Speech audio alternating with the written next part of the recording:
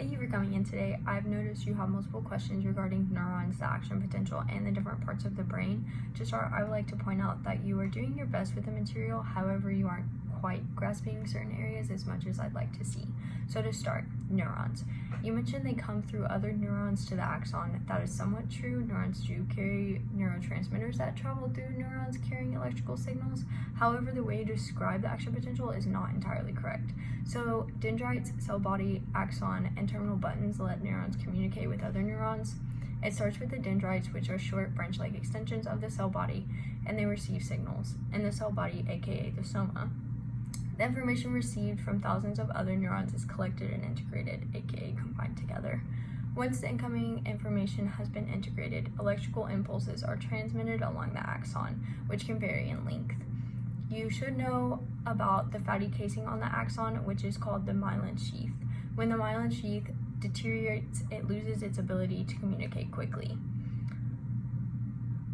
At the end of the axon are knob-like structures called terminal buttons. The site where communication occurs between neurons is called the synapse. The neurons do not touch here. They communicate by releasing chemicals at the terminal buttons called neurotransmitters. So with this drawing here, you can see that here are the dendrites, which are the branch-like extensions. Here's the soma, and then the axon goes down with the myelin sheath around it, and then the terminal buttons are here, but they don't entirely touch to the other dendrites because of this space called the synapse.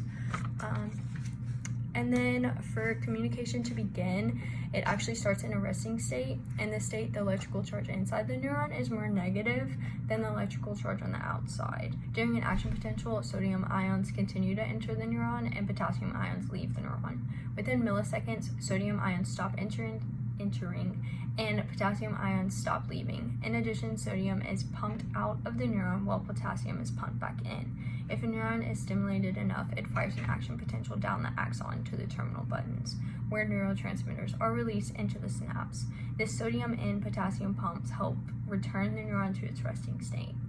So moving on to your other question about the parts of the brain, I noticed you said the temporal lobe was where vision is housed and the occipital lobe is where hearing is housed.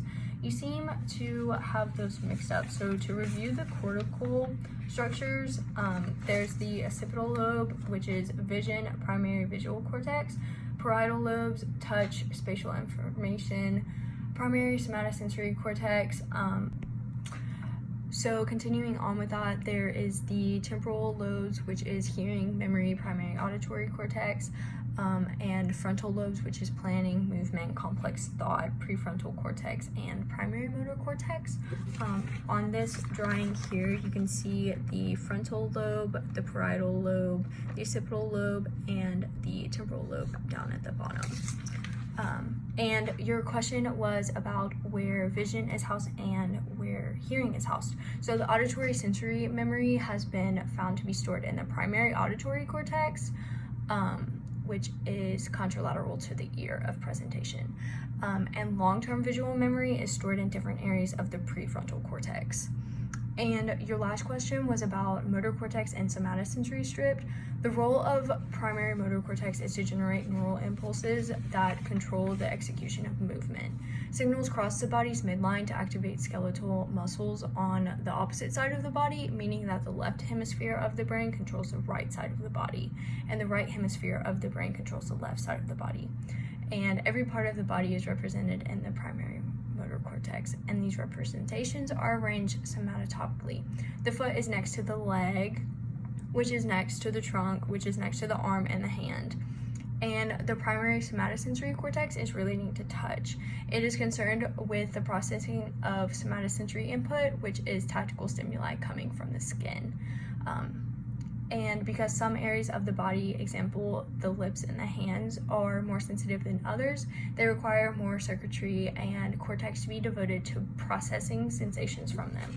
So in this drawing here, you can see the different areas, and here is the primary motor cortex in blue and the primary somatosensory cortex is in purple. And at this drawing at the bottom is the main parts of like the functions of them. So you can see the lips and the mouth, and then other aspects of both. And so since there is such a different functional as well as structural distinction between the two areas, I hope you can understand that. And I also hope I answered all of your questions. If you're still unsure, you can, yeah.